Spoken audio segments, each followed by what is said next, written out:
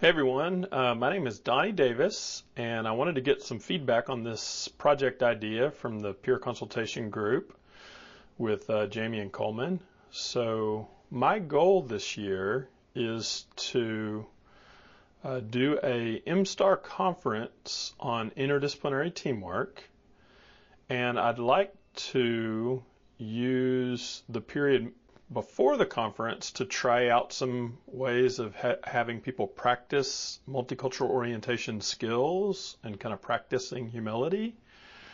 I'd like to use that period to generate some content that could kind of build up to the conference and get people talking about humility-related ideas and create a context for people to share ideas with each other.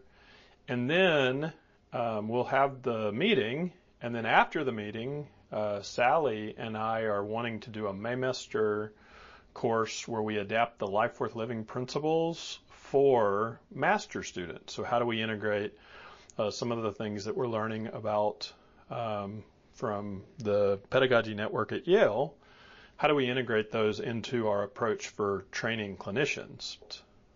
So a couple of contextual factors. I'm at a point kind of mid-career where I'm starting to want to come up with ways of engaging positive psychology that are not just aligned with what we need to do to get a research study done, but that might fit with everything that I've learned from other parts of my life about what is involved with good training. So I'm kind of thinking about my experience as an athlete, reading about training processes that other people go through in things like music or running. So kind of applying expertise development ideas, and how do we take what has traditionally been very individualistic and kind of things that people can do alone and integrate them into training processes that fit what we know about helping people train as teams, because I think that's a big part of what might be missing from some of the positive psychology work. So in a way, this is a practical application of all that we're learning from work on studying humility and trying to have a transition to applied work. And I'm looking at all the critiques of kind of positive psychology, the wellness industry, mindfulness, all of these things, and kind of putting them together. And so, for example, there's a Nature and Human Behavior article that I ran across reading a column by Arthur Brooks. And it kind of distills down what ends up getting popularized and kind of talks about 5 kind of wellness strategies. And many of these, there's one that's more social, but many of them are things that people can do alone. Yet we have a loneliness epidemic. So that's, for me, kind of one of the challenges that we're hoping to address this year. So what's the problem? I'm not sure how much I need to set this up. One of the things that I noticed as Dr. DeBlair was the program coordinator, and she was kind of filling out the APA report, and I was kind of trying to help with program related needs. I talked to a lot of different training directors during kind of the COVID period, and I didn't talk to a single one that didn't end up feeling somewhat burned out during that process. And then as I was kind of listening for similar themes, it kind of seems like it was kind of a burnout epidemic. So if you look at like the medical field, the high water point, at one point over 60% of physicians were reporting at least one symptom of burnout. You saw a mass exodus of CEOs, so kind of business industry. And similarly, you saw a mass exodus of women leaders. And then even within clergy, religious leaders, you see a similar pattern of close to a little over 40% of people thinking about entirely different careers because of the level of burnout that people were experiencing. So to me, this seemed like a chronic problem that might be exacerbated by a variety of things, polarization in groups and kind of political polarization, possibly technological changes and kind of how those are affecting the culture and people kind of Putnam has a documentary on, it's called Join or Die, but it's kind of a follow-up on the decline in civic involvement and people kind of having groups like bowling clubs or other things like that where they're able to build strong social bonds that we know are so important to health and resilience. My next question is, what are the ideas that might help us have leverage? What would our theory of change be? So at one point, my mentor, Ev Worthington, in a book with Steve Sandage, talked about how short-term psychotherapies end up being kind of a blitzkrieg technique where you have a theory about if you give maximal force to kind of initiating change in a certain place and you kind of break through, it will end up causing a chain reaction and kind of second order chain, or the idea that I like to think of is like dominoes.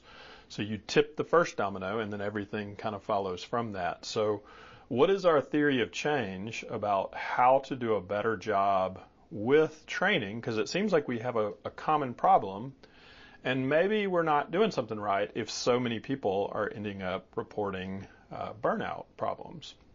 So I mentioned one hunch that I have is maybe we're designing kind of positive psych or wellness interventions in what would work well for a study, like listing gratitude or things like that, things that can be done alone, but some of the things that we know help people need to be done in community and to strengthen the social bonds that we have with each other. So that's one hunch. I read a lot of books on similar themes. So there's a really cool book by Dan Heath. At some point I might go into more of the takeaway points, but books like this give ideas of how you can potentially generate institutional leverage as a leader who cares about the people that are in your team or in your small group. What's the mindset that could help you create kind of cultural change? We're not talking about massive cultural change like across a whole society, but if the goal was in groups of maybe 8 to 12 people, and a lot of times our various institutions are kind of broken up that way. There's probably some anthropology that goes behind those numbers and kind of how that works, but there's cohesion that ends up developing in those smaller groups, and that's the level that I'm kind of thinking about, is how do we think about training in the context of those smaller groups of somewhere between 6 and 15 people. So I've always enjoyed this kind of creativity, even when I was getting in trouble. So if you ask my siblings, when I was a kid, I got in trouble a lot. I was the oldest, and I kind of tested the boundaries, and my dad did a good job of kind of giving me consequences when I did that. And so one of the consequences I would get would be, we had a wood pile, or he would cut wood, and then he would have me carry that wood up the hill in our yard, and it was probably 30 or 40 yards, and it was a lot of work, get a wheelbarrow, possibly try to bring it up that way. If I ever got in trouble with my siblings, I would always think to myself, is there an easier way to do this? And I tried all sorts of things. Oftentimes they didn't work better, but I've just kind of always been wired to think about, like, is there an easier way to do this? Can we work together? So, when I was probably like 10 years old, I had heard about assembly lines, and so I'd get my siblings to kind of get in a row, and we would pass each log to each other, and we could see if we could do it that way. And, my dad would come out and say, you're double handling it. That's not going to work. And so a lot of things I tried didn't work. But I would do these little experiments. So that brings to mind kind of what we need to do here. So we could try new things. Many of them might not work. But we need a spirit of, hey, something's not working, and we kind of look around curiously and see if people in other areas, there's various helping professions that we could potentially learn from. If anyone's doing something that seems to be working, let's learn from them. Let's see if we can build on their successes. So a lot of the ideas that I'm going to pull from are based on theory of expertise development. And if you wanted kind of a book length overview of these ideas, I would strongly recommend this one by Anders Ericsson. I oftentimes will have my first year, we have an orientation to practicum course, and we'll read this as people are kind of thinking about how to invest their time and energy during our doctoral program in counseling psychology. I'll kind of give you one scene where he describes this process and how it works with things that are easily quantifiable, like running. You can look at your time and see if you got better. Things like chess, they actually have a really good way of kind of marking ranking people and figure out who can beat who. But other things, especially things involving dealing with people, like psychotherapy, are harder to predict or know when you're doing well. And it seems like some of the challenges around multicultural training might fit more into that category. And so he actually has a whole chapter where he describes how you would apply similar principles to this context. And one of the examples he gives is pilot training. So if you remember back to the movie Top Gun, there's a process of Tom Cruise learning to get better at flying. And what they end up doing after these kind of, fake missions where they'll kind of do mini battles with each other is they'll go over it and they'll watch film. And so they're reviewing what happened. And then at key moments, they'll say, what were you thinking in this moment? And as it turns out, this is one of the key aspects of expertise development, is that process of changing how you think about what you're doing. So if you read different, kind of breakdowns of deliberate practice and kind of the ideas behind this, practice doesn't make perfect. It's actually high quality practice where you give dedicated attention, and it's the kind of attention that you probably can't do for more than 2 to 3 hours per day. So if you look at musicians, they'll kind of keep a rigorous schedule for about 2 or 3 hours, and then oftentimes they'll take a nap because it's hard to sustain that level of focus. So you need a high level of focus, and then you need someone, or in this case, when it's a little more subjective, you need a group that's going to basically talk about things together, and that process of taking perspectives ends up generating wisdom and perspective that then informs what you do in the future. And you're trying to work this into not just your slow thinking, but your intuitive reaction. So, as an athlete, I think back, a lot of what we did in practice was trying to get to automatize reactions so we were quicker to react in a game. And so there's something similar that we're doing when we're trying to grow in our ability to have a certain kind of relationship with people that's characterized by cultural humility. We want to practice certain skills. So this is an idea that we want to apply. What would it look like to use this idea of expertise development and apply it to how we train in terms of practicing cultural humility? So I want to go through a series of ideas that might help generate some leverage for practicing cultural humility. So the first one that I want to mention is the people that you train with are a big part of the process of training. And so if you want new ideas, find new people, develop strong friendships with them. You're looking for a kind of interpersonal trust where you can be honest about what you're struggling with, and you can share some of your vulnerabilities, whether it's challenges in your clinical work, or it could be challenges related to leadership roles and how to hold authority without abusing power. So these are a few examples of how we might want to develop wisdom in our application of cultural humility. And so I wanted to give some examples of how we're trying to promote this kind of networking, particularly for early career folks, but really any time that you're trying to grow in your leadership ability. The Good Life Research Network, one of my good friends, Daryl Van Tonger, and I developed a strategy of helping to acculturate people to do interdisciplinary research. And so we identified several kind of key skills These are methodological pipeline issues. So unless you're brought into a community that's showing you how to do certain kinds of interdisciplinary things and relationships and to kind of cultivate a certain humility in your mindset about working with other disciplines, you may struggle and really have a hard time building trust so that you can sustain those partnerships. So that's one application. Josh Hook, another friend from grad school, we've written a couple of books where we're applying ideas like this. So we just finished the cultural humility revision, and in particular, one of the things that we were responding to is questions about, or really critiques of humility of, is humility going to look the same if you have a marginalized identity, for example?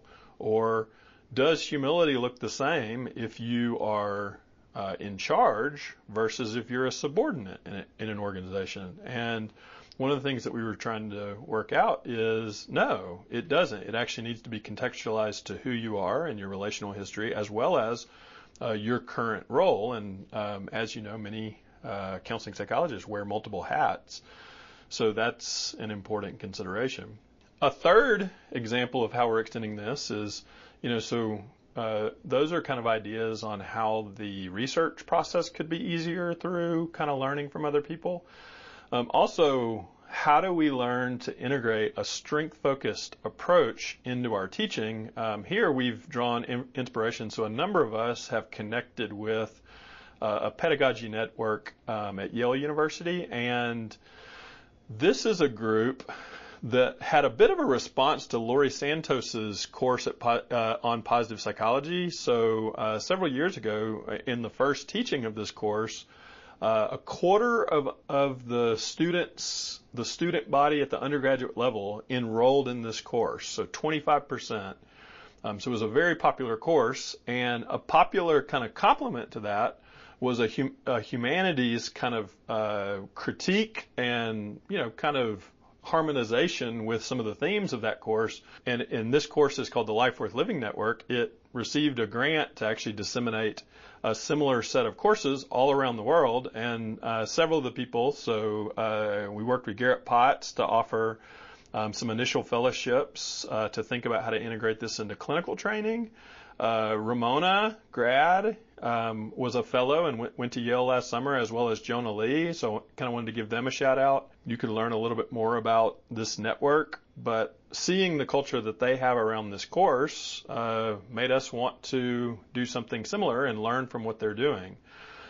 So some of the folks at Georgia State, we were doing something somewhat similar in terms of getting into groups to focus on pedagogy.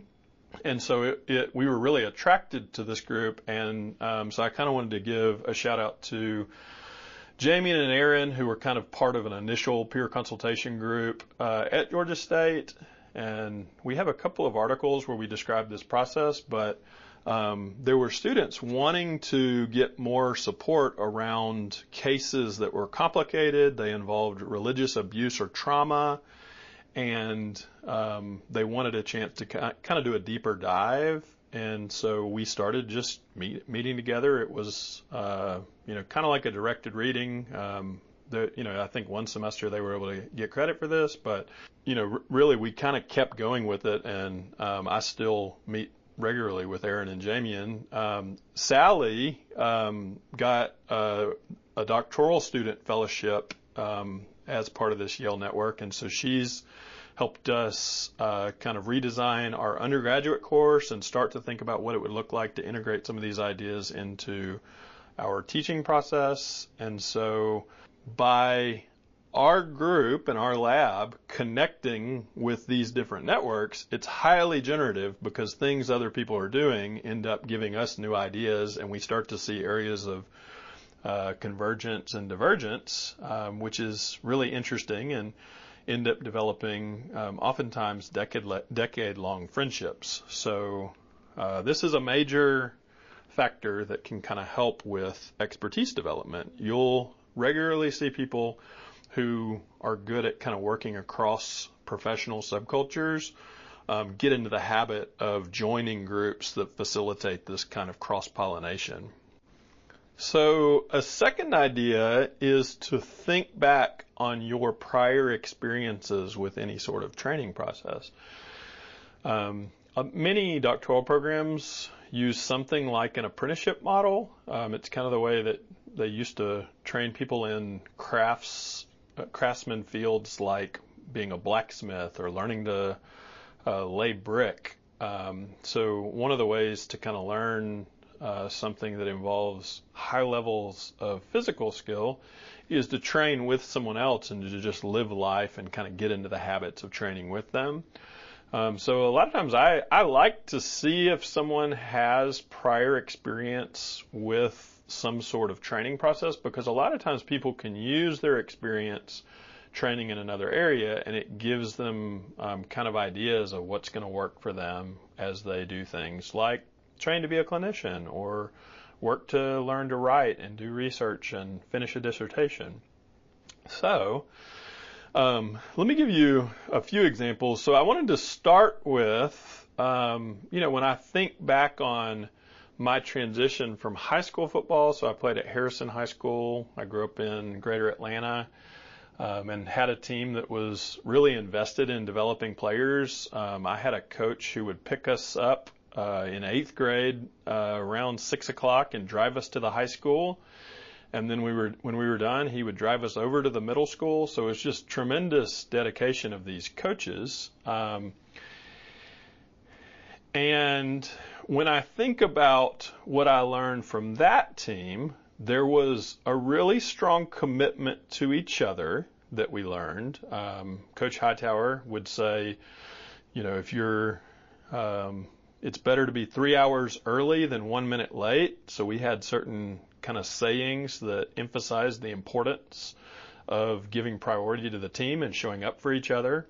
There was a mental toughness that our coaches valued. So I remember many practices where, we felt physically exhausted and the coaches would say, your mind will play tricks on you. You can do more than you think you can. Work as hard as you can and just trust your body. A third was the importance of repetition and drills. I kind of mentioned earlier the process of automation that can happen when you do things repeatedly. So I remember doing all sorts of silly things to kind of get better at running fast, for example. So we would wear bungee cords and that would kind of add resistance. And then we would, flip it around and the bungee cord would pull you faster than you're used to going. And that was supposed to kind of help your body get a feel for what it would be like to be faster than you are. We would wear parachutes. We would, flip tires. It all looked kind of silly. But we did all this stuff together, and every drill we did, in theory, had a purpose. So those are some examples of things that we did in high school. But I wanted to give a few examples where later on I realized it was possible to do better. And the coaching and some of the things that we did in college where they were basing it on science ended up having some improvement. So I want to mention several improvements that happened from high school to college. A first one I called the benefits of wise limit pushing. I remember when I was in the transition from high school to college, they mailed me a workout booklet, and it was one of the hardest workout experiences of my career because I was supposed to do all these things, but I didn't have the structure that I had had for really 5 years before, where I had a team that was working together. And so, I did everything in the workbook, but I didn't grow in the same way. Why? Well, I needed support and encouragement. So on this slide, we say, well, what's wrong with this picture? Okay, you've got a man who has, it looks like 400 to 500 pounds on the bar. Anyone who's done weightlifting knows that you would never do this without what? A spotter. So I think there might be an implication for us. So in our process of training, it's really important for us to always have, maybe it's a little cheesy, but an MCO spotter. Who are the one or two people that if you were to have an experience where you're not quite sure how to think about it, and you know it's a growth area, and let's say you might not even feel comfortable sharing it immediately with your supervisor or boss because there's an evaluative issue. And so you're trying to kind of figure out what to do with an ambiguous experience. It could be something like a microaggression, or it could be a situation where you're just not quite sure how to evaluate whether you did the right thing. What we found was just so helpful. It was interesting. It grew our relationships with each other, was to regularly engage a process of just taking turns sharing those things with each other. And it's just as helpful if you focus on clinical issues. So for example, here's a situation involving religious abuse. What should I do? It's just as interesting there as it is, hey, I'm a program coordinator. I ran into this situation. I'm not totally sure I did the right thing. How would you think about this? So having 2 or 3 people that you trust to be able to talk about those kinds of issues, that can be really, really helpful. It's interesting to me. I'm listening right now to a book by Marsha Linehan. It has Life Worth Living in the title.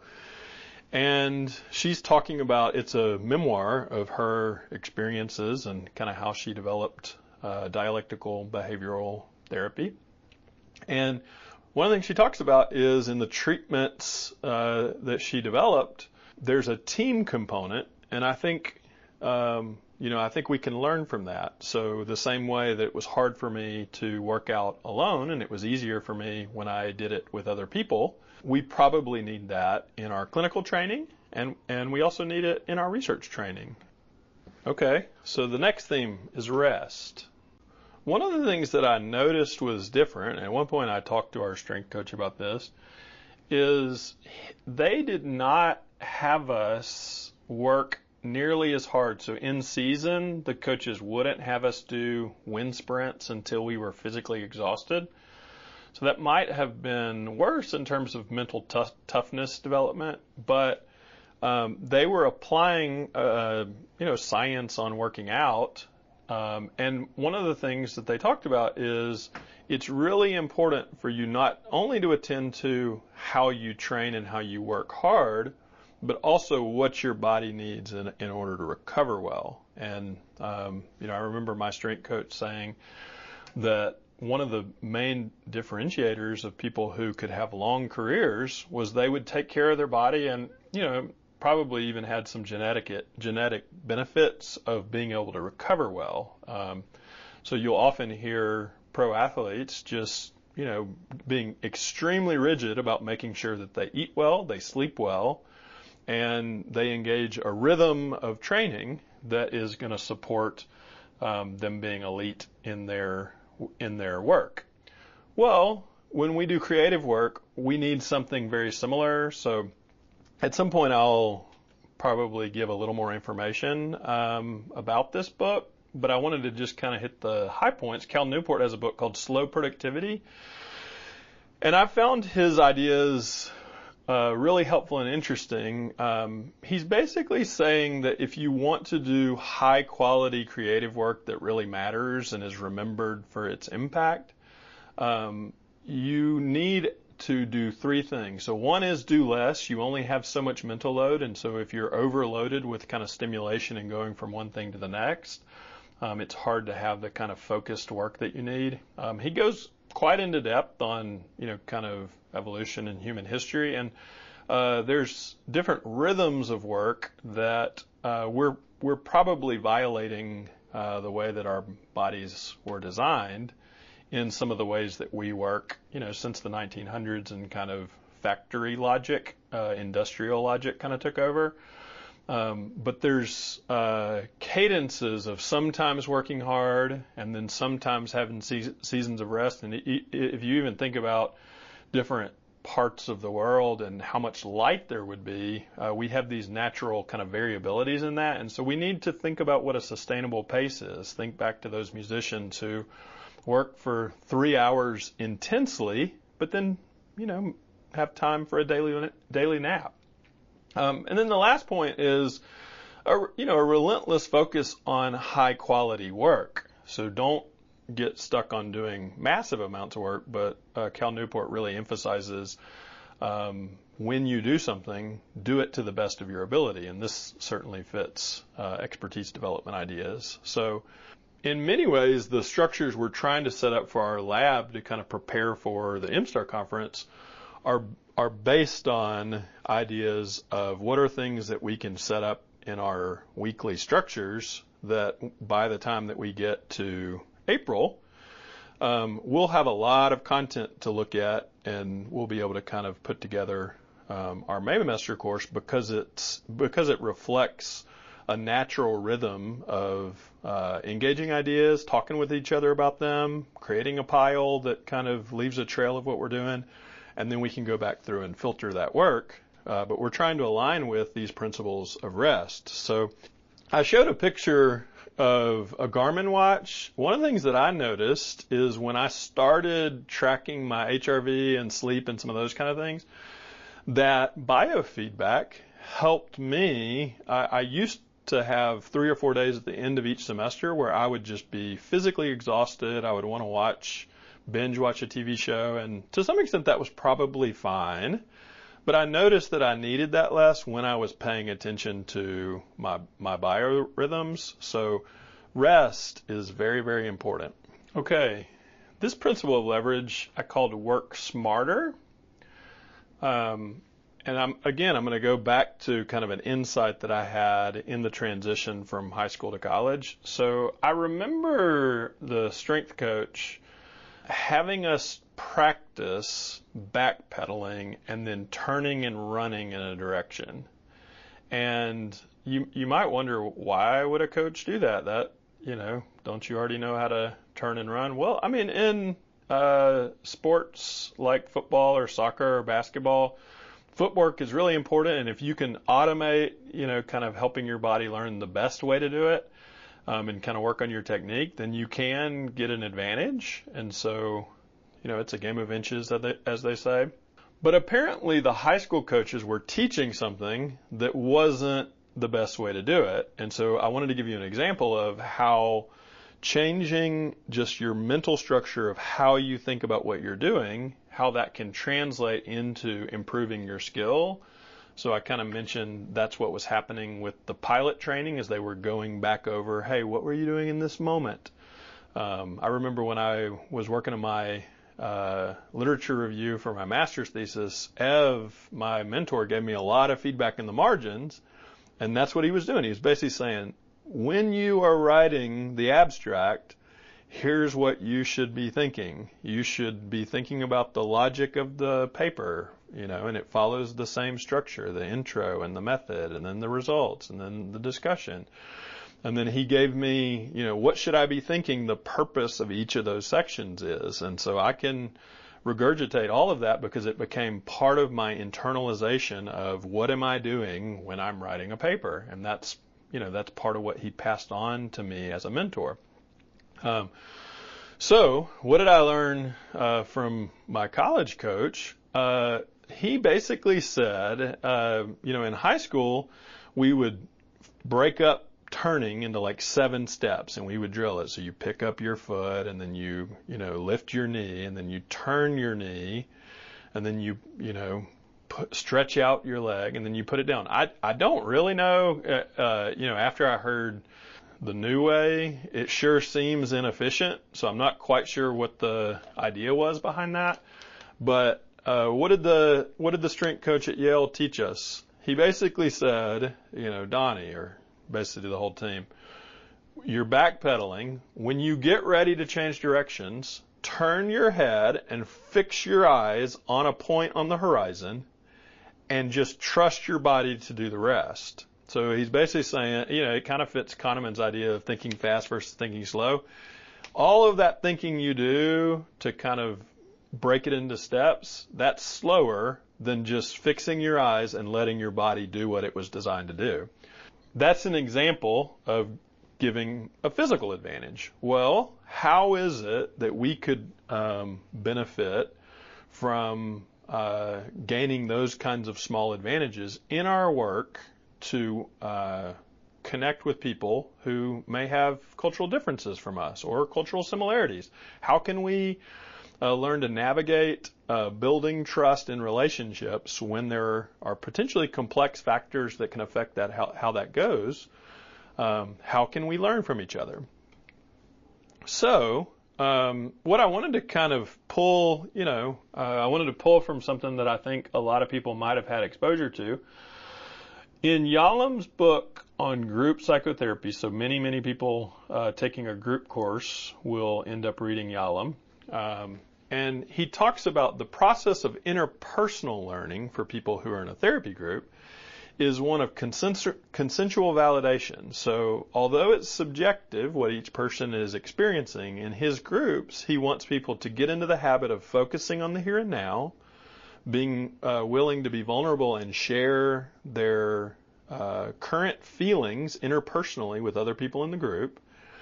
And when you put those kind of different perceptions together, there's a type of wisdom that comes from that perspective taking where people who normally are getting distorted interpersonal feedback can start to learn from that kind of triangulation of perspectives that's happening in a group. So he's trying to leverage this interpersonal perspective taking.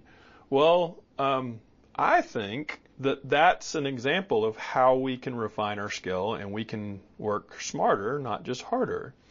So if you look at applications of deliberate practice currently happening right now in psychotherapy, they're kind of starting with things that are easy to set up a research study on. So they're still cool and they're still a step in the right direction. So, when we do work on cultural humility, a lot of times people will ask, well, how do we do it? What does it look like?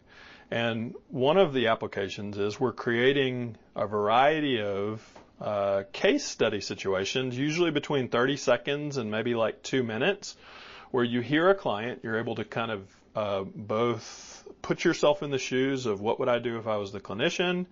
You're able to, kind of imagine what you would feel and also put yourself in the shoes of what would I do, what would I be thinking. And so this is a really interesting process when Sally and I have done guest speaking kind of invitations to talk about religion and spirituality and kind of integrate that into a multicultural course.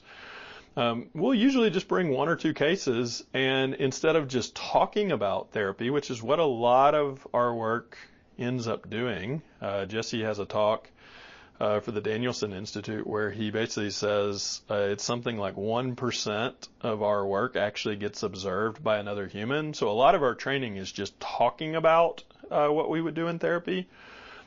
This is a chance for us to practice in vivo what we might do. And so this is a step in the right direction. But what I want to point out is for us to really learn some of the more complicated things, we're going to probably have to go beyond just kind of practicing 30-second to kind of 2-minute bits and think about some of the challenges that happen over longer stretches of time. Okay, so the next point of leverage that I want to talk about I called contextualizing across leadership roles. So I actually remember in our very first presentations about cultural humility, there was an initial reaction in counseling psychology, and I've heard similar things in counselor education, where people were saying, okay, we're focusing on what to do in our one-on-one relationships and maybe groups. So Marty Kivligan ended up applying MCO at the group level. But what do we have to say about the implications of multicultural training for engaging organizations and systems? How does it affect your leadership style? It happens very quickly. If you decide to go in academia, let's say you're in your 4th year, you're still taking courses, you're still under a lot of supervision. It's probably like 10 hours a week, other people are evaluating your work at least. And then you go on internship and you're still getting a lot of supervision. You're still kind of being evaluated, probably 5 to 6 hours of supervision if you count, 2 hours of individual. Group supervision, you get secondary supervision. You often have kind of a training workshop that happens on a weekly basis that's 2 hours. There's case conference. So there's quite a bit of training, and at this point, unless they have supervision of supervision, you're still in the role of being evaluated.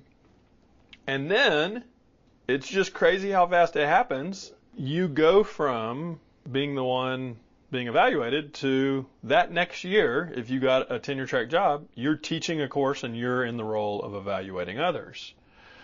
You may not even be licensed yet. You probably aren't unless you do a postdoc, yet you're evaluating other people and you're in a position of power. That can be kind of a jarring transition, especially for people who are influenced by theories of change that involve like feminism or multiculturalism. And a key aspect of what they're trying to do is have a more egalitarian approach, yet we're working within structures that are organized hierarchically. So what do we do with that, and how do we come to peace with the authority structures that exist? What does it mean to hold authority well? And, to be honest with you, I think many psychologists find that question something they have to keep asking throughout their career, because if you do a good job at, any given level of responsibility, what's almost destined to happen is if you do well with what you're entrusted with, someone is likely to give you chances to be entrusted with more, and at some point you may have a hard decision of deciding enough. Like, I'm not going to walk through the next door. I'm not going to keep gaining institutional authority. But that process oftentimes will kind of keep going for a person. And so they'll have similar kinds of questions. What does it mean for me to engage my institutional trust and authority without abusing power? So one of the kind of theories of humility, I really like the way they distill down what humility is. So the Hexaco, the honesty humility perspective, is that humility is a type of cooperation where a person shows themselves to be trustworthy, shows themselves to be generally altruistic in how they handle situations when they have the power to exploit a relationship. So, there's all sorts of different kind of conceptualizations of humility, but this one's particularly interesting for this question about contextualizing to our roles, because it specifically names that it's tricky when you are in a position where you have a certain level of power relationally.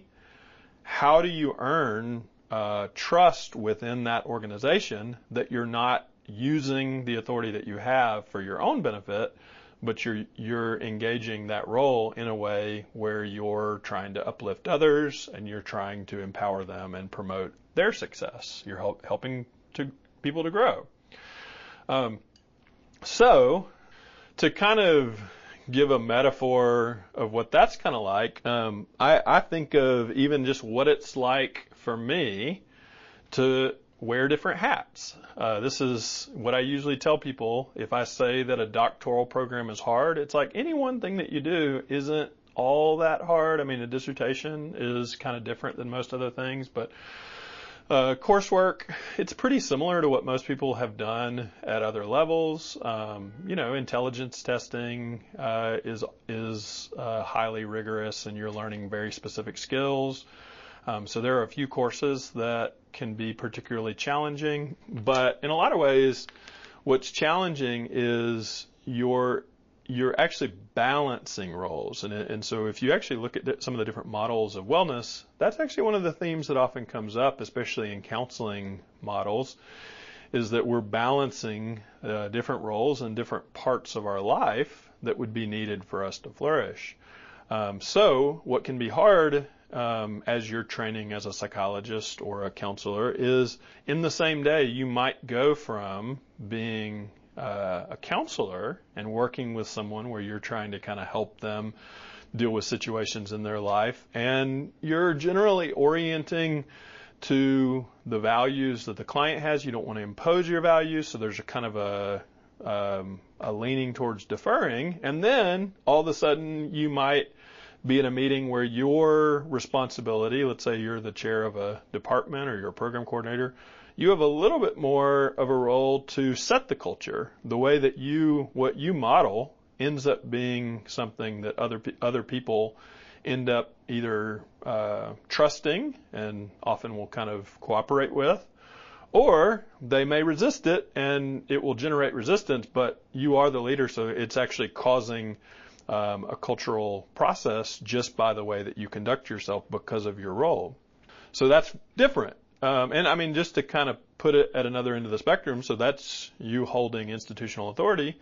What if within the same day, you're a counseling psychologist who's involved in advocacy and activism? So I'm at Georgia State and I can see the state capitol down the street. What if I'm trying to lobby for influence on a particular policy?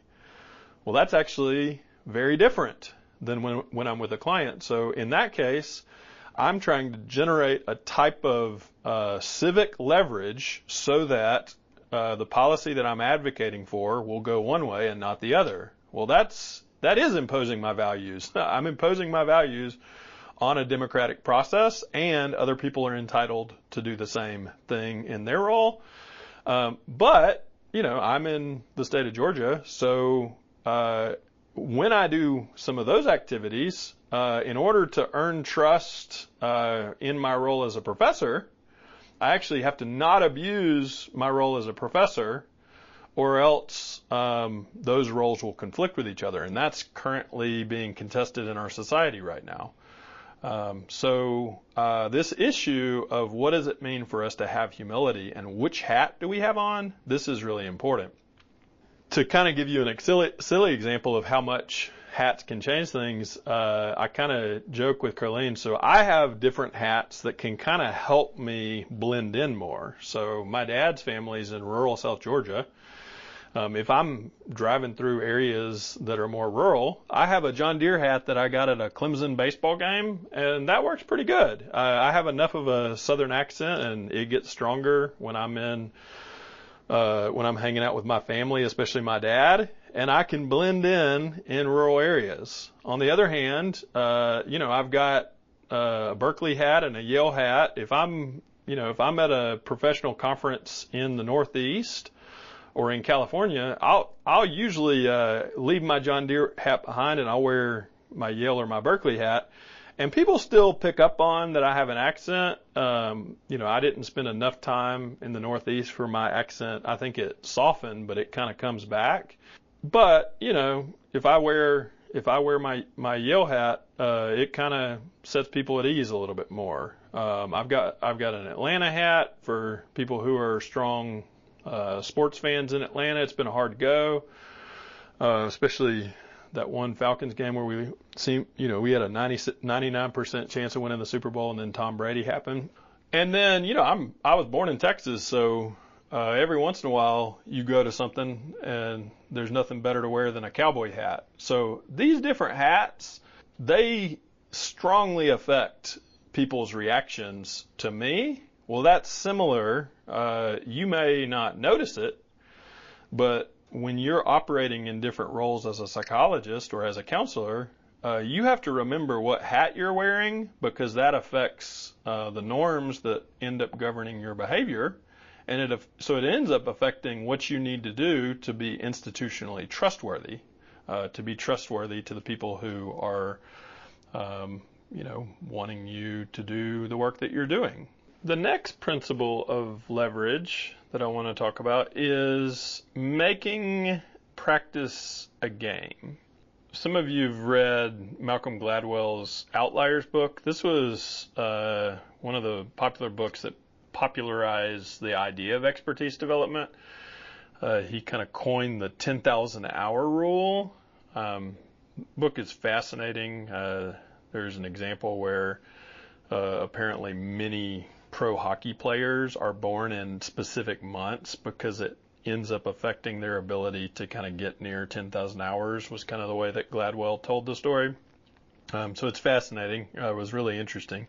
I remember in my first few chances reading this book and the other one on expertise development, the thing that seemed missing from all of these stories was, why are people doing this thing for so long? It's hard. How is it that people are sustaining their motivation? And one of the big challenges is people have to dig deep and have a internal enjoyment, an intrinsic enjoyment of the training process. You may not necessarily find it fun to kind of practice your scales at music, but at some level there has to be a drive to get better and a motivation. Otherwise, you're just not going to endure the difficulty of the training process. So something that I've always kind of carried with me into parenting roles. Ev Worthington, my mentor, his wife, Kirby, I always remember something she said. So when you're trying to teach your kids something and they're having a hard time with it, see if you can make it into a game. And I actually found she has an example of this on Jennifer Ripley's YouTube channel.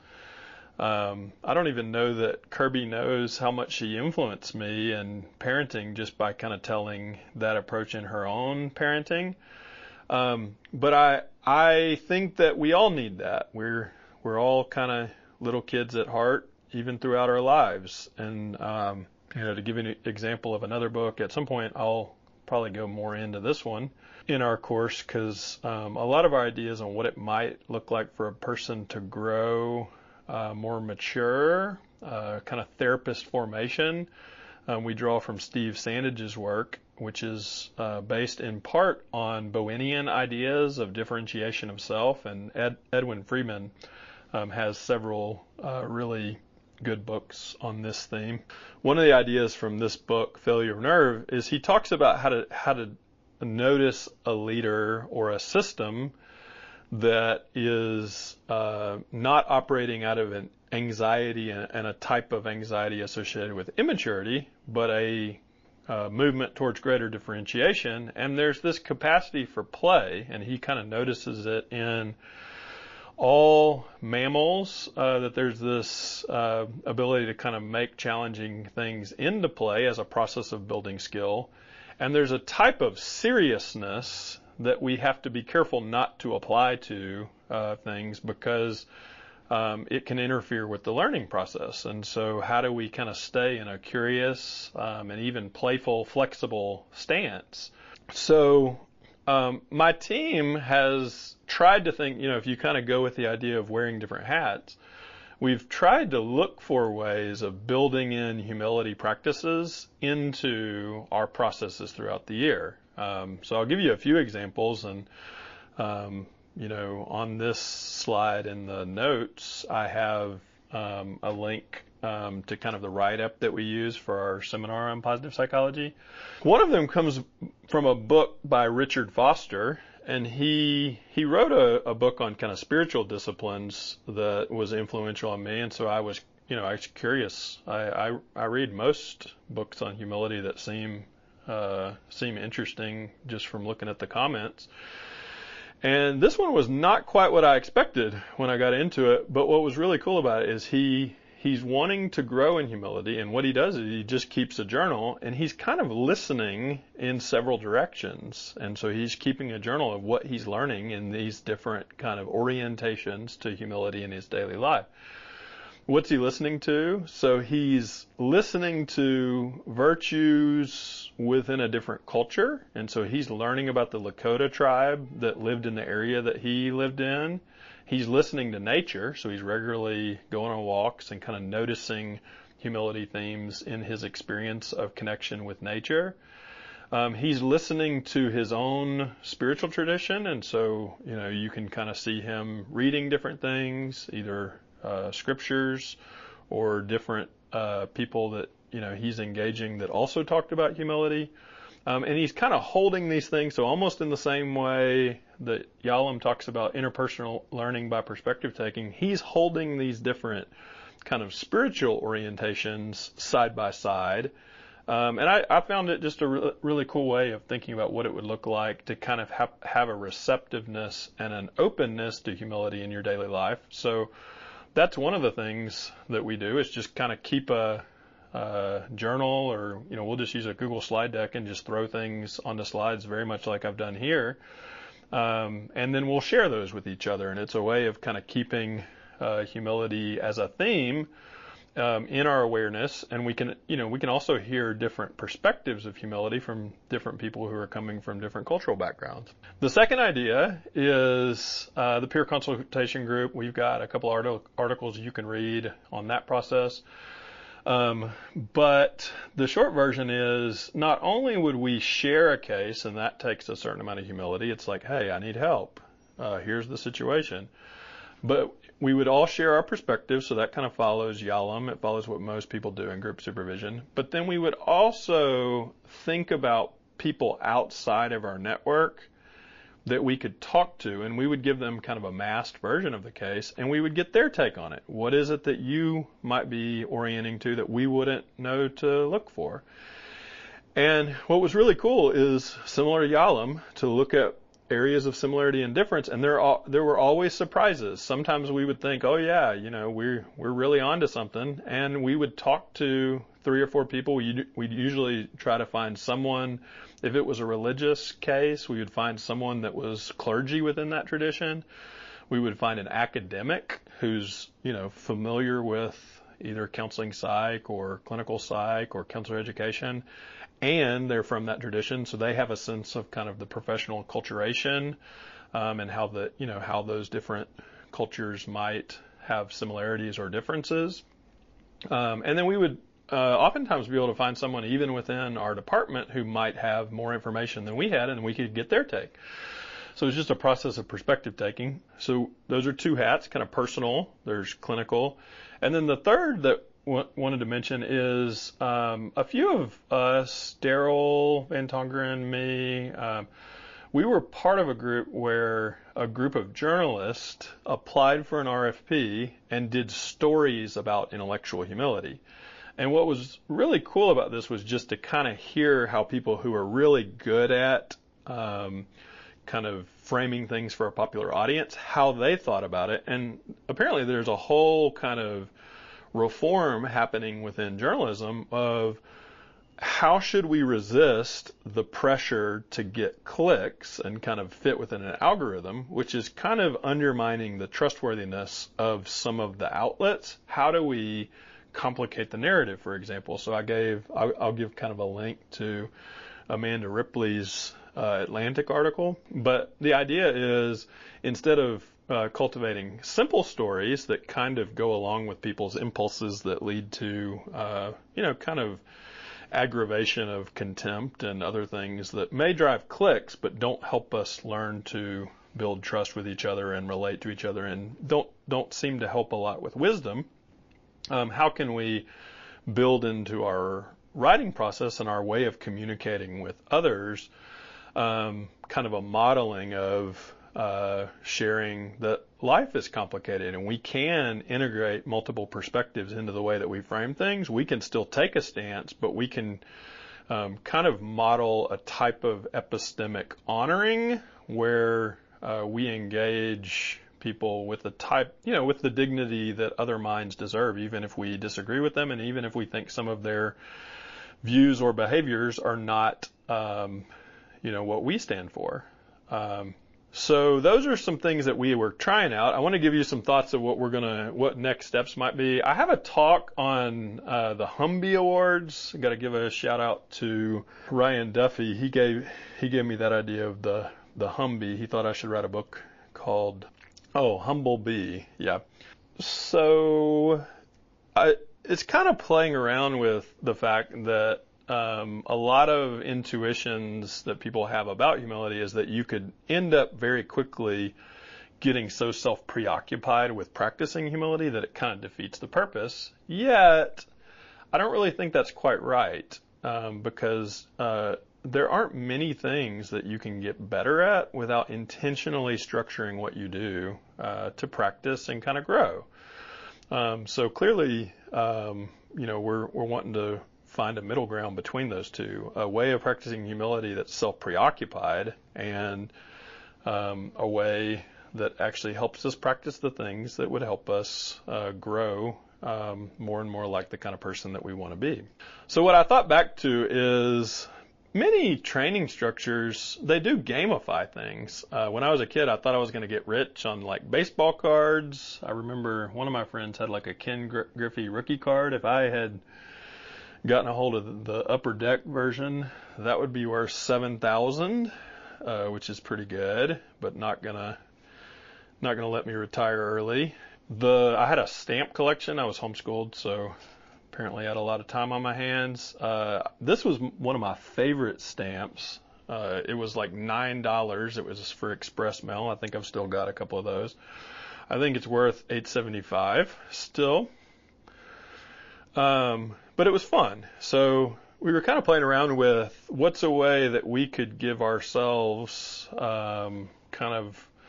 ways of remembering doing activities. There's a line of research on how you can spend money on things or you can spend it on experiences. So, what if we ended up engaging in experiences and we talked about them with each other, so with our MCO spotters, and then we commemorated that work with kind of almost like a collector's item. So we kind of create a MCO wellness flashcard. And the idea would be for a given theme, we would have different levels. So like a gentle hill, that's kind of something you could do very, very easily. Kennesaw Mountain is near Atlanta, and that's probably a 2 or 3 hour day hike. Then there are hikes that you probably should train for. So Mount Rainier, one of my friends, Dan, was telling me about his training for that. He trained for at least a few months to kind of get ready for that one. That was kind of a bucket list hike.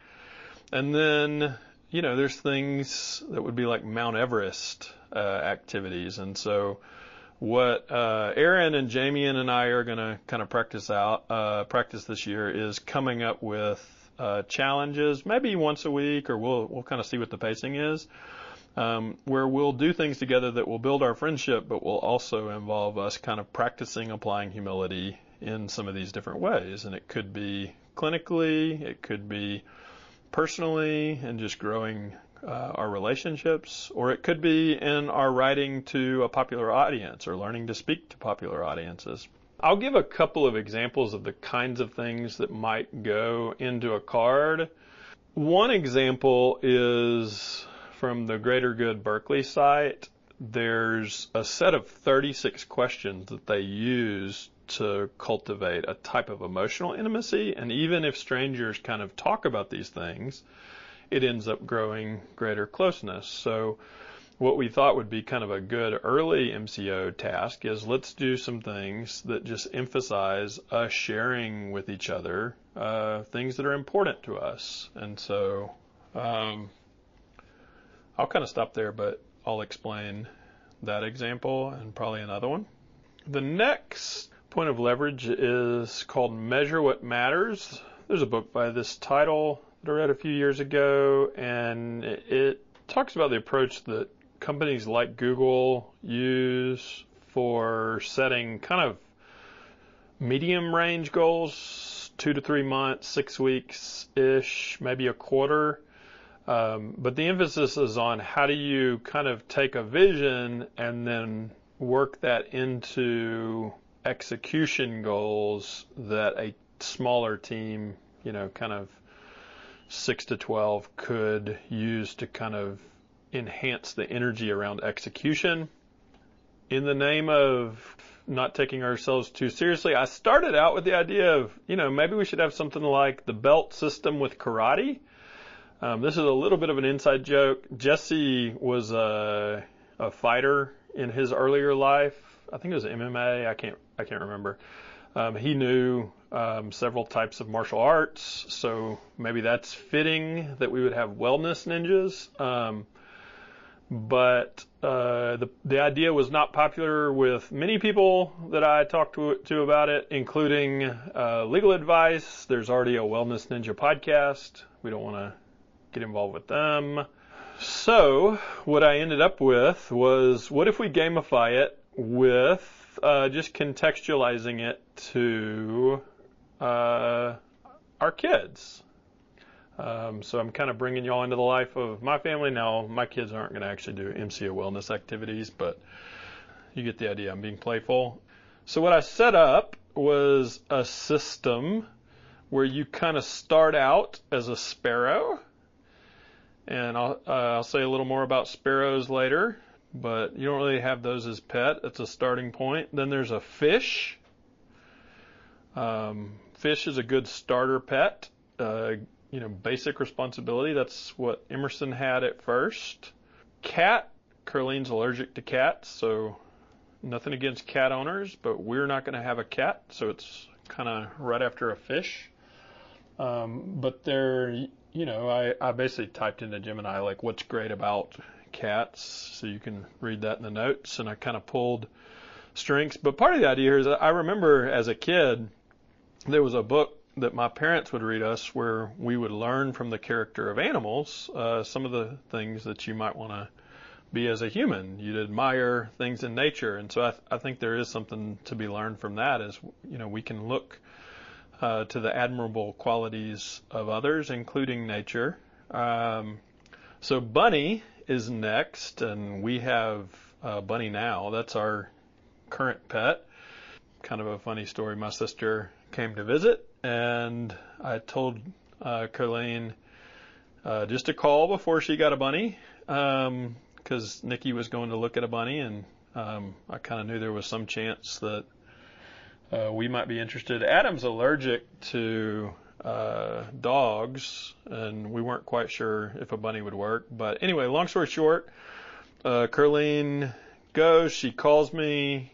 She couldn't say no to Emerson. I couldn't say no to her. And so now we have a really cute bunny, and Adam seems to be okay with it. So that's where we currently are. Bunnies have big personalities and are extremely cute.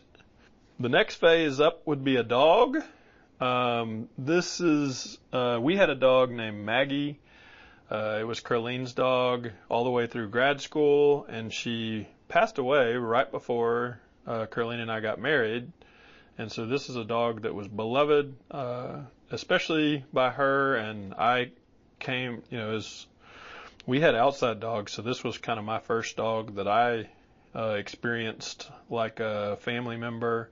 Very loyal, very caring, seemed to kind of have all the qualities that you would want in a good counselor, seemed to kind of be emotionally attuned, and, was very kind and nice, but also you had a sense of protectiveness from her.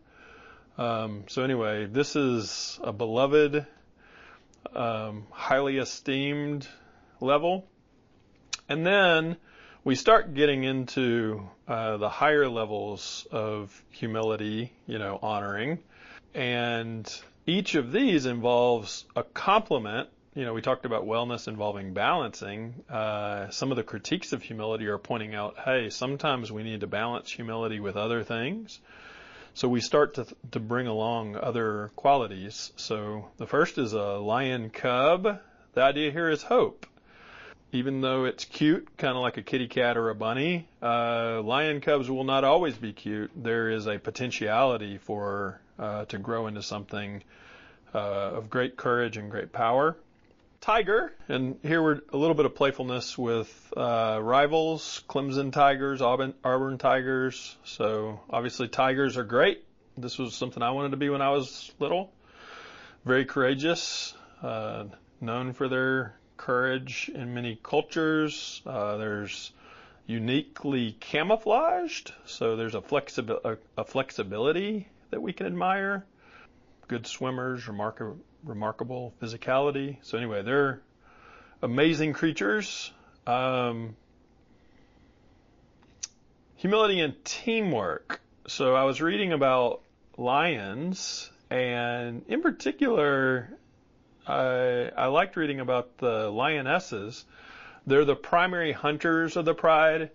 They're known for their stealth and speed, and they're really good at working together. So lion prides are highly social and highly coordinated, and people play different roles. They come to play roles really well. So this is a next level up for a type of humility where you're not only attending to yourself, but you're also contextualizing to your role in the system that you're in, and you're thinking about what the needs are of the institution that you're working within.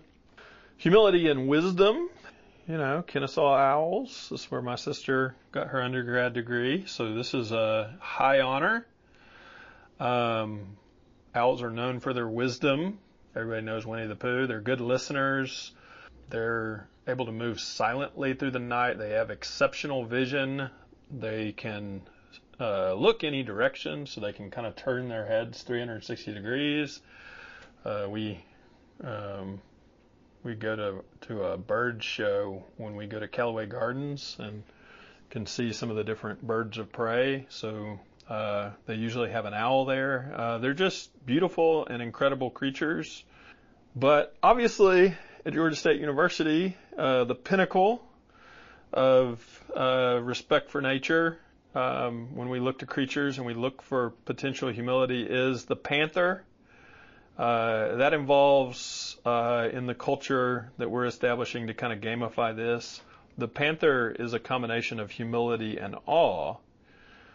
They're known for their elusive majesty and beauty. They're the ultimate stealth predator, a symbol of mystery and power. They fill our imaginations with awe and possibilities, and they're exceptionally adaptive and have remarkable physical prowess with a combination of power, agility, and leaping capacity. They're masters of solitude, which helps them avoid competition for scarce resources. So that gives you a sense of, something like the black belt system. Obviously, at Georgia State, the panther is the highest. If you decided to implement something like this, you're free to use our system, and you could also contextualize it to your own system. Okay, next point of leverage is, how do we get other teams to help? How do we create a interconnected network of centers and labs that want to do something similar? This will be short. We're going to mainly create a CE course that aggregates our content and shows people what we did. If you think about the way people do this with textbooks, they do a ton of work.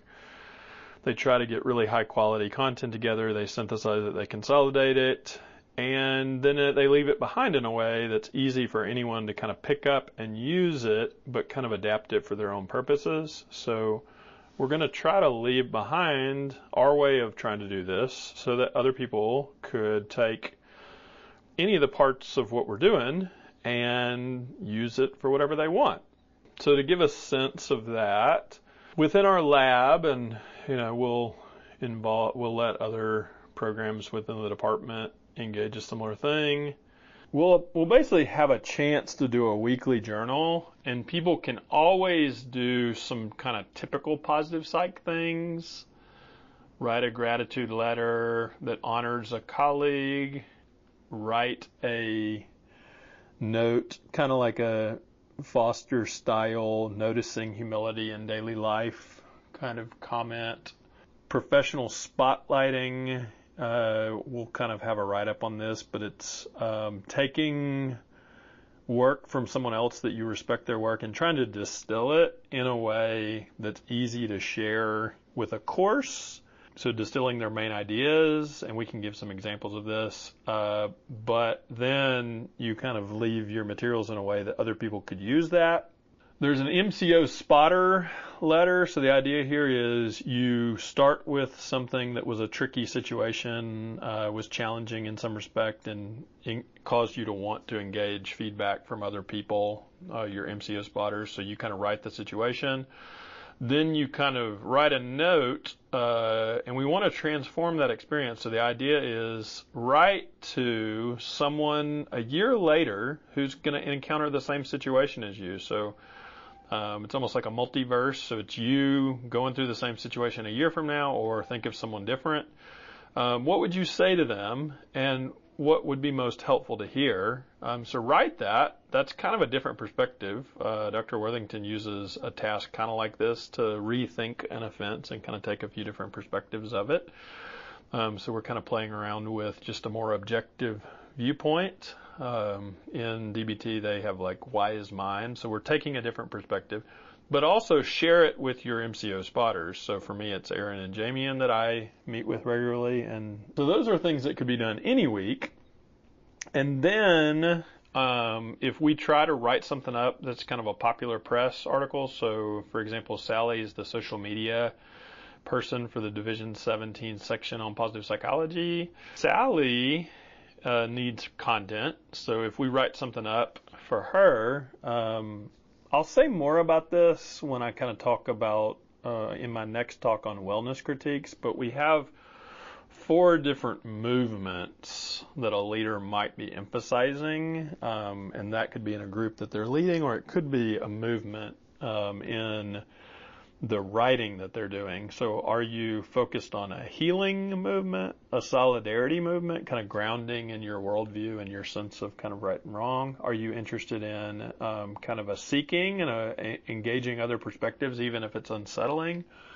Or a bridging? So are you focused on building trust so that one day, even if there are kind of cultural differences, that there are leaders that trust each other across cultural differences so that they can forge potential solutions that might be a win-win instead of conflict kind of devolving into kind of an escalating feudal pattern of conflict. You know, we can enter popular press content that we did that week. I'll probably write, one or two a semester. And then the other is those wellness challenges, so the cards that I mentioned. So I think that'll be a little easier to understand once we have 2 or 3 of those. But as we do those, and if we do them together and talk about them, we each are able to give ourselves credit. So one of the main differences in the way that we're approaching this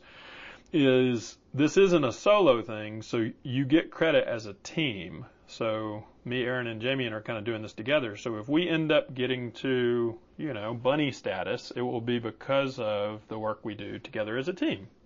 The other thing, I don't know if this is going to be good, but we gave ourselves an incentive on the content creation side that we get points if other people engage our ideas. So, if a student in the department is doing some of this and they write something in their journal, and then we're able to use that to create a new challenge, then the student gets credit for that. And then, especially once they set up a one-on-one interview, and then when we create the challenge, that's 100 points. And then if 50 people do it, you get 300 points. So that's a huge boost. So the analogy there is kind of a double jump on the trampoline. So you get a huge boost if you end up getting engagement of some of the ideas that you have.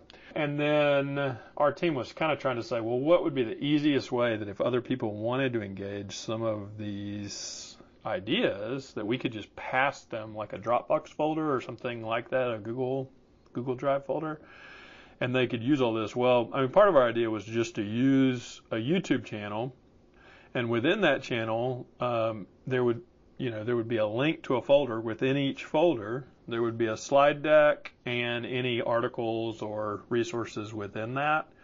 So again, we can give examples, but part of what we wanted to do was not just kind of have content for the mind, but also keep building a repertoire of MCO case study videos, so kind of those 30-second to 2-minute clips that would be based on a similar theme. So the idea would be that by the end of the year, we might have a whole cadre. Let's say we had like 30 to 50 of these kind of challenges, any one of which could be integrated into a course as an activity. And so this would start to be a pool of resources that anyone wanting to kind of integrate MCO skills into their teaching, they could just look at what we have and either do something different or use what we have. Okay, this is the last point of leverage that we're going to discuss, at least for today. And I think it integrates the spirit behind everything else that we're doing. And I would say it kind of fits behind everything that my lab has been doing since my transition from kind of assistant professor to associate professor. I was starting to feel a desire to have my research program be really well integrated with my other roles, including like teaching roles, so that, you know, the teaching that I did would support the writing and other work I was doing, my service roles, so that there would be a sense of integration of those things. So I wanted to share just a few thoughts that Aaron and Jimmy and I find inspiring and find helpful for kind of thinking about this work of kind of a strength-focused approach to multicultural orientation and application of humility. The concept I wanted to start with is from John Gottman. So the question is, sometimes multicultural training can focus on how to avoid problems, but what does it look like to focus on building trust? And I mean, you could almost use the analogy that I gave with learning, you know, kind of to backpedal and turn. So what any runner knows is if you're trying to run a 100-yard dash and you turn your head to the right, your body will drift to the right. If you turn your head to the left, your body will drift to the left. So there's something similar with focusing on strengths. If you look at solution-focused therapy, it's based on a similar idea. We partially need to know what we're aiming for. What's our telos? And I'm having a hard time doing much better than, when it comes to becoming a person that is able to earn trust across a range of cultural relationships, people that are similar, but sometimes that can be hard because there can be loyalty demands. If you're not totally aligned with someone who views you as similar, that can be a challenge. And then it can also obviously be challenging to earn trust across cultural differences where there's a history of conflict in the relationship or between the relationships of the groups involved. So I wanted to apply an idea that I ran across just in how John Gottman tries to help couples, and it's more of a curiosity. I wonder if there's something within this concept of interpersonal relationships that may also relate to how conflict can become entrenched at the collective level. So his idea, and I kind of pulled the links to a few of the activities of how they work this out with couples, but his idea is that sometimes in couples, the conflicts that get really stuck, underneath it is often implicit dreams that the couple hasn't necessarily talked about with each other, and it's causing just an entrenchment because there's something deeper that hasn't been heard yet and sufficiently appreciated. And so it's kind of a chronic source of conflict. And so he walks couples through a process of making room for each other's dreams so that, if you read some of the work on negotiation, a part of the idea is that sometimes if you're creative enough, you can have a win-win relationship where you work to attend to the interests of another person, and you end up doing some alignment work so that one person's wishes don't happen at the sacrifice of the other person's wishes. How can we work towards a win-win? So I think this could be a way of understanding what can happen with cultural differences, especially around things that would seemingly be good, like how could you think anything's wrong with humility or gratitude or forgiveness, some of these positive things. Well, underneath virtue language is an ideal, a sense of a dream, a sense of what a person wants for their life. And I think this is where we end up with some resonance with Miroslav Volf's Life Worth Living pedagogy network. These are a set of questions that tap deep dreams within a person and, make a person who they are, these deeper dreams. And sometimes hearing one person's dream, it can seem to clash with another person's dream. I remember when I was a kid and I was, a baseball player and we were losing, I knew you weren't supposed to pray to win the game, but I would just say a little prayer like, I'm not supposed to pray this, but just in case it can be helpful, I pray that we would win. That's a silly example, but when it comes to other things in life, sometimes we find ourselves, the dreams that we have and what we would want to flourish, they don't necessarily seem to align with what someone else or another group wants to flourish. And so what's the process of creativity that can help bring those things into alignment versus just, kind of engaging in an escalating feudal pattern of conflict that at the extreme version can get to be really dangerous. And, we have numerous examples we could kind of point to where there's a pattern of injustice and an attempt to bring justice, and then that attempt to bring justice causes perception of desecration and injustice for the other side, and 500 years later, there's patterns of violence that have continued to escalate and are getting even more entrenched within the relationships between cultures. So we know this can happen. What is the creativity that would be needed to kind of do what Gottman tries to do with couples and apply that at the collective level? That's kind of the question. To give you an analogy, when I was, thinking how do we make things easier, I was initially focused on research and kind of stats training. I've started to ask this question towards all the things that can affect people in their early career and all the things that could affect whether people are experiencing vitality and enjoyment of their work, so that they're thriving in that part of their lives and thriving in other parts of their life. I thought of Piedmont Park in Atlanta. So sometimes there's someone who has a dream to do something that would create beauty and enjoyment for everybody else in the community. And so we're so thankful when someone has the foresight to design a public space that brings good and promotes trust within the community, and it helps really bring character and life to the whole community because someone saw the potentiality to do something like that. This is very Christian. The speaker is someone who does leadership content for Christian leaders, and it's particularly focused on burnout. One of his main books is kind of describing his own experience of burnout.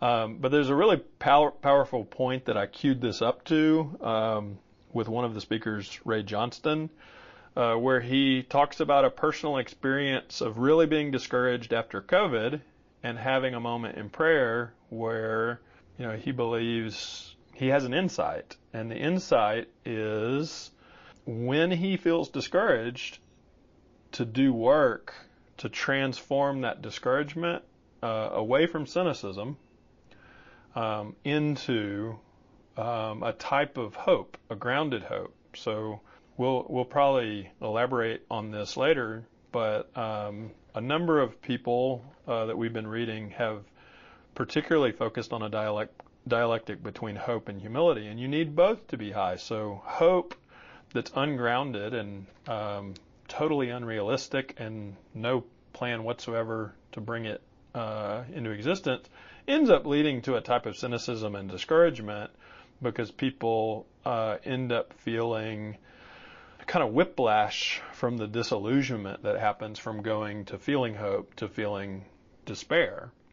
This seems like a key task, and so basically what he talks about in his own personal work is that the opposite of getting discouraged is to start a process of dreaming. And so that really resonates with me. I think one of the things that we want to work on together is to get into habits with each other and to help each other so that when we feel discouraged, we're able to lift each other up.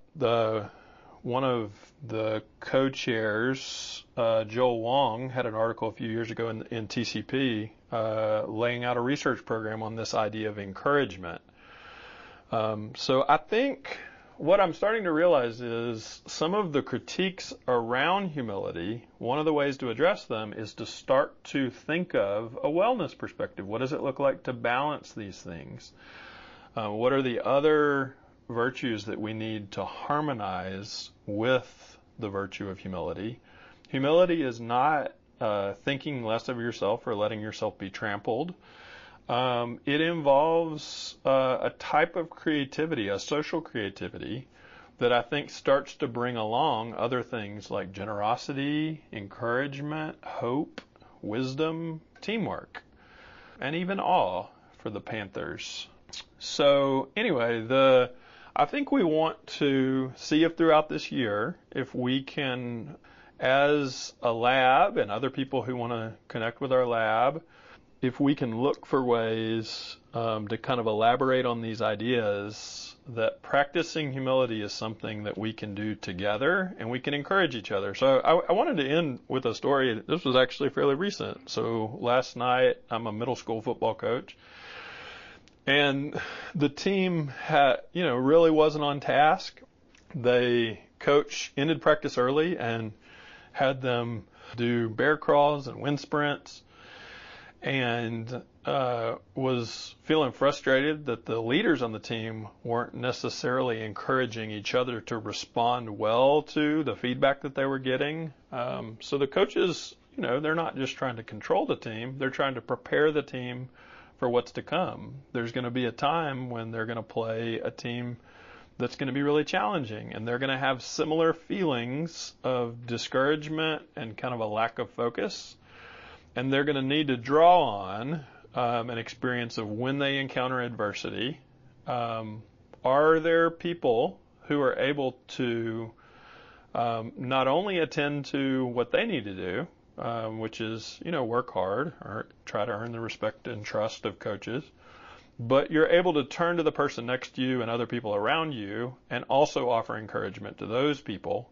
There's a spirit and a mindset that would integrate a lot of these things that we're talking about. How do you balance humility with a generous mindset, not a scarcity mindset? How do we grow hope, not just in ourselves, but also to encourage each other? How do we have our hope be properly grounded, so that we don't have whiplash? How do we kind of support each other so that there's a stability to our hope process? How do we work together? How do we have teamwork? How do we specialize in our roles and have a confidence in each other that we don't fear being exploited, even if we're showing a type of vulnerability? So how do we cultivate the kinds of friendships professionally that would allow us to operate with that kind of mutuality? How do we cultivate a wisdom to properly balance these things, to know when it's the right time for courage and when it's time for hope or generosity or teamwork?